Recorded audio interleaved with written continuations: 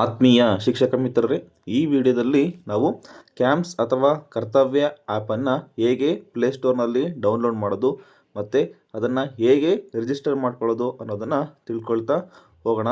ನೀವು ನಿಮ್ಮ ಮೊಬೈಲ್ನಲ್ಲಿ ಪ್ಲೇಸ್ಟೋರ್ಗೆ ಹೋಗಿ ಸರ್ಚ್ ಬಟನನ್ನು ಕ್ಲಿಕ್ ಮಾಡಿ ಅಲ್ಲಿ KAAMS ಅಂತ ಸರ್ಚ್ ಮಾಡಿ. ಸರ್ಚ್ ಮಾಡಿದಾಗ ನಮಗೆ ಕ್ಯಾಂಪ್ಸ್ ಆ್ಯಪ್ ಬರುತ್ತೆ. ಇನ್ಸ್ಟಾಲ್ ಮೇಲೆ ಕ್ಲಿಕ್ ಮಾಡಿ.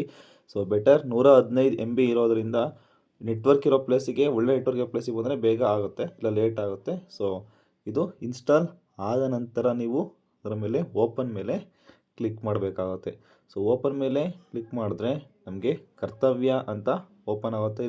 ಅಲೋ ಕೊಡಿ ಇದಕ್ಕೆ. ನಂತರ ಲೊಕೇಶನ್ ಅಲೋ ಕೊಡಿ, ಟರ್ನ್ ಆನ್ ಮಾಡಿ ಲೊಕೇಶನ್ನ ಇಲ್ಲಿ.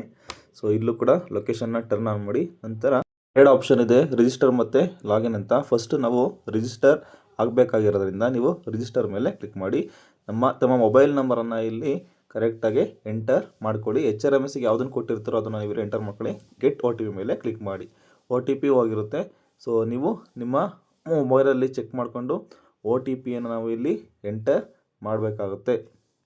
ಏನಾದರೂ ನನ್ನ ವಿಡಿಯೋವನ್ನು ಮೊದಲನೇ ಬಾರಿಗೆ ನೋಡ್ತಾ ಇದ್ದರೆ ಅಥವಾ ಸಬ್ಸ್ಕ್ರೈಬ್ ಆಗಿಲ್ಲ ಅಂದರೆ ಕೆಳಗಡೆ ಇರುವ ಸಬ್ಸ್ಕ್ರೈಬ್ ಬಟನನ್ನು ಕ್ಲಿಕ್ ಮಾಡಿ, ಹಾಗೆ ಪಕ್ಕದಲ್ಲಿರುವ ಬೆಲ್ ಐಕಾನನ್ನು ಪ್ರೆಸ್ ಮಾಡಿ. ಹೀಗೆ ಮಾಡೋದ್ರಿಂದ ನಾನು ಮುಂದೆ ಮಾಡುವ ವಿಡಿಯೋಗಳ ನೋಟಿಫಿಕೇಷನ್ ನಿಮ್ಮ ಮೊಬೈಲ್ನಲ್ಲಿ ಮತ್ತು ಡೆಸ್ಕ್ಟಾಪ್ನಲ್ಲಿ ಬರುತ್ತೆ.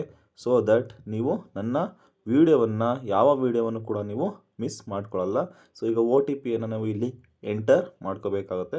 ಸೊ OTPನ ಎಂಟರ್ ಮಾಡಿ ನೆಕ್ಸ್ಟ್ ಮೇಲೆ ಕ್ಲಿಕ್ ಮಾಡಿ. ಕ್ಲಿಕ್ ಮಾಡಿದ ನಂತರ ನಾವು ಇಲ್ಲಿ KYCಯನ್ನು ಮಾಡಬೇಕಾಗುತ್ತೆ. ಸೊ KYC ಫೇಲ್ಡ್ ಅಂತ ಬಂದರೆ ಮತ್ತೆ ಅಗೇನ್ ರಿಜಿಸ್ಟರ್ ಮೇಲೆ ಕ್ಲಿಕ್ ಮಾಡಿ. KYCಯನ್ನು ಆಧಾರ್ ಥ್ರೂ ಮಾಡಬೇಕಾಗಿರೋದ್ರಿಂದ ನೀವು ಇಲ್ಲಿ ಆಧಾರ್ ಸಂಖ್ಯೆಯನ್ನು ಸರಿಯಾಗಿ ನಮೂದಿಸಿಕೊಳ್ಳಿ. ಸೊ ಇಲ್ಲಿ ಆಧಾರ್ ಸಂಖ್ಯೆಯನ್ನು ನಮೂದಿಸಿದ ನಂತರ ಚೆಕ್ ಬಾಕ್ಸ್ ಮೇಲೆ ಓದ್ಕೊಂಡು ಕ್ಲಿಕ್ ಮಾಡಿ. OTP ಮೇಲೆ ಕ್ಲಿಕ್ ಮಾಡಿ. OTP ನಿಮ್ಮ ರಿಜಿಸ್ಟರ್ ಮೊಬೈಲ್ ನಂಬರ್ಗೆ ಹೋಗಿರುತ್ತೆ. ಸೊ ಅದಕ್ಕಿಂತ ಮುಂಚೆ ಕೆಳಗಡೆ ಚೆಕ್ ಬಾಕ್ಸನ್ನು ನೀವು ಕ್ಲಿಕ್ ಮಾಡಿರ್ತೀರಲ್ಲ, ಅದನ್ನು ನೀವು ಸರಿಯಾಗಿ ಓದ್ಕೊಳ್ಳಿ. OTPಯನ್ನು ನೀವು ಸರಿಯಾಗಿ ಇಲ್ಲಿ ಎಂಟರ್ ಮಾಡ್ಕೊಳ್ಳಿ. ಎಂಟರ್ ಮಾಡಿದ ನಂತರ ಸಬ್ಮಿಟ್ ಮೇಲೆ ಕ್ಲಿಕ್ ಮಾಡಿದ್ರೆ ಇಲ್ಲಿ ನಿಮಗೆ ಪ್ರೊಸೆಸಿಂಗ್ಗೆ ಸ್ವಲ್ಪ ಟೈಮನ್ನು ತಗೊಳುತ್ತೆ. ಸೊ ಪ್ರೊಸೆಸಿಂಗ್ಗೆ ಟೈಮ್ ತಗೊಳ್ತಿದೆ ಅಂದ್ಬಿಟ್ಟು ನೀವು ಬ್ಯಾಕ್ ಹೋಗೋದಾಗಲಿ ಅಥವಾ ಎಕ್ಸಿಟ್ ಮಾಡೋದಾಗಲಿ ಮಾಡಬೇಡಿ.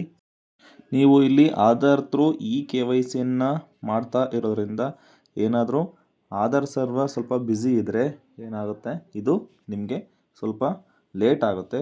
ಸೊ ಹಾಗಂತ ನೀವು ಬ್ಯಾಕ್ ಹೋಗೋದಾಗಲಿ ಅಥವಾ ಎಕ್ಸಿಟ್ ಆಗೋದಾಗಲಿ ಮಾಡಬೇಡಿ. ಹಾಗಾಗಿ ಪ್ರೊಸೆಸಿಂಗು ಸ್ವಲ್ಪ ಟೈಮ್ ತಗೊಳುತ್ತೆ. ಸೊ ಟೈಮ್ ತಗೊಂಡ ನಂತರ ಇಲ್ಲಿ ಚೆಕಿಂಗ್ KYC ಸ್ಟೇಟಸ್ ಅಂತ ಬರ್ತಿದೆ. KYC ಕಂಪ್ಲೀಟ್ ಆಗುತ್ತೆ. ಓಕೆ ಮೇಲೆ ಕ್ಲಿಕ್ ಮಾಡಿ. ಇದಾದ ನಂತರ ನಾವು KG ID ನಂಬರ್ ಅಥವಾ ಎಂಪ್ಲಾಯ್ ಐಡಿನ ಹಾಕಬೇಕಾಗುತ್ತೆ. ಏನಾದರೂ HRMSಲ್ಲಿ ರಿಜಿಸ್ಟರ್ ಆಗಿರೋ ಮಾತ್ರ ಬರುತ್ತೆ, ಇಲ್ಲಾಂದರೆ ಬರೋಲ್ಲ. ನೀವು HRMSನ್ನು ಕಾಂಟ್ಯಾಕ್ಟ್ ಮಾಡಿ ಅಂತ ಇಲ್ಲಿ ಬರುತ್ತೆ. ನಾವು ಸದ್ಯಕ್ಕೆ ಇಷ್ಟನ್ನು ರಿಜಿಸ್ಟರ್ ಮಾಡ್ಕೊಂಡಿರಬೇಕಾಗುತ್ತೆ. HRMSಯಿಂದ ರಿಜಿಸ್ಟರ್ ಆದಮೇಲೆ ನಾವು ಕಂಪ್ಲೀಟನ್ನು ಮಾಡ್ಕೋಬಹುದು. ಈ ವಿಡಿಯೋ ಇಷ್ಟ ಆಗಿದರೆ ಲೈಕ್ ಮಾಡಿ, ಶೇರ್ ಮಾಡಿ ಮತ್ತು ಸಬ್ಸ್ಕ್ರೈಬ್ ಮಾಡೋದನ್ನು ಮರಿಬೇಡಿ. ಈ ವಿಡಿಯೋದ ಬಗ್ಗೆ ಏನಾದರೂ ಸಂದೇಹಗಳಿದ್ದರೆ ಕೆಳಗಡೆ ಕಮೆಂಟ್ ಬಾಕ್ಸಲ್ಲಿ ಕಮೆಂಟ್ ಹಾಕಿ. Thank you.